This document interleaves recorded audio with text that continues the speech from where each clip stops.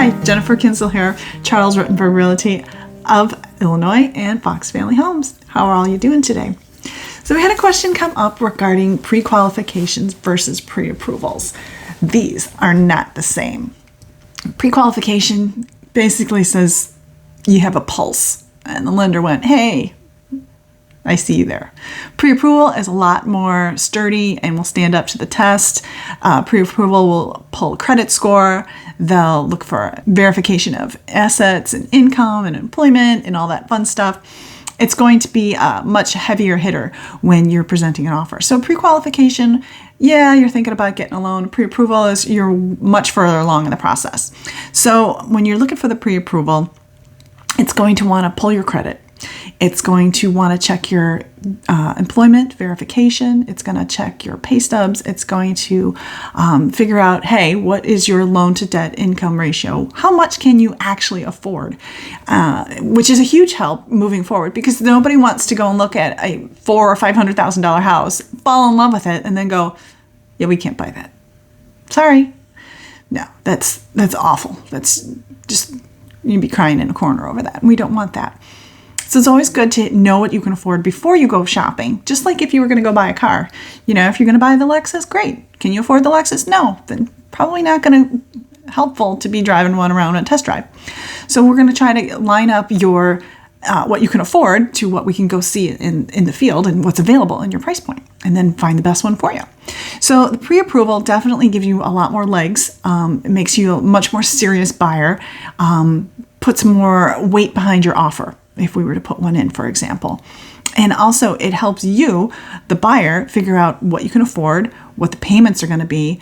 You know, if you need to put down 10%, if you're going to put down 5%, what that does to your payment.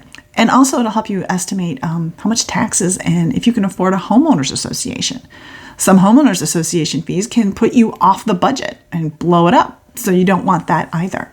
So having all your ducks in a row so you know your payment amount that you can afford before we even look at a house is huge. That's going to be a big game changer for you. So moving forward on the pre-approval, you're going to need 5 things. It's going to need proof of income. It's going to need proof of assets. Like let's say you have a cash or for down payment. And it's going to look for good credit. You're not going to want something that's going to be in a lower credit bracket. You're going to want something, 650 and up in most cases. And you're going to want the employer verification for your income and anything else at the documents that your lender comes up for. Sometimes they're looking for, if you run like your own business, sometimes they'll ask for a Schedule C on your tax returns from the last 2 years, just to see what your profit and loss is and what to expect. It's 2020 and we have not seen any no-doc loans, thankfully. So we don't want to go back to using our homes as ATMs or anything like that. Documentation is a pain, I get it, but it's also absolutely required to prove to the bank not only are you a good credit risk, but also that you can afford what you want where you want it. And at the end of the day, if you're miserable and making a payment on something you can't afford, the biggest house in the world is just going to make you miserable. It's really not worth it at the end of the day.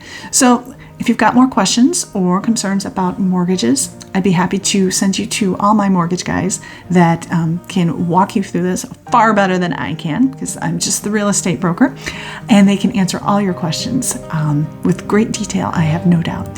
So let me know if you need assistance, move forward on your credit or your pre-approval, your pre-qualification, or anything else related to the mortgage stuff. I can help. Thanks.